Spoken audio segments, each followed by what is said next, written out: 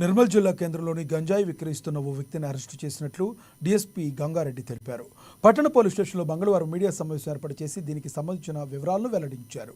స్థానిక ప్రయాణ ప్రాంగణంలో ఎస్ఐ అశోక్ ఆధ్వర్యంలో తనిఖీలు నిర్వహిస్తున్న తరుణంలో పట్టణానికి చెందిన షేక్ అమెర్ సోహెల్ అనే వ్యక్తి గంజాయి విక్రయిస్తూ పట్టుబడ్డాడు.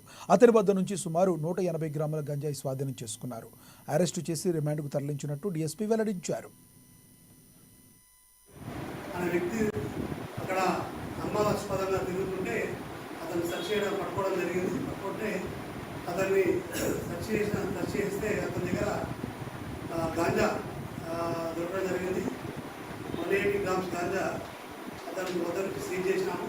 కేసు రిజిస్టర్ చేసినాము. అతని మీద కేసు రిజిస్టర్ చేసి అతనిపై ఇంకా ఏమన్నా కేసు ఉన్నాయేమో వెరిఫై చేసి ఇన్వెస్టిగేట్ చేసి ఈరోజు అతన్ని రిమాండ్ మాకు తరలించడం జరుగుతుంది. ఎక్కడైనా ఎవరైనా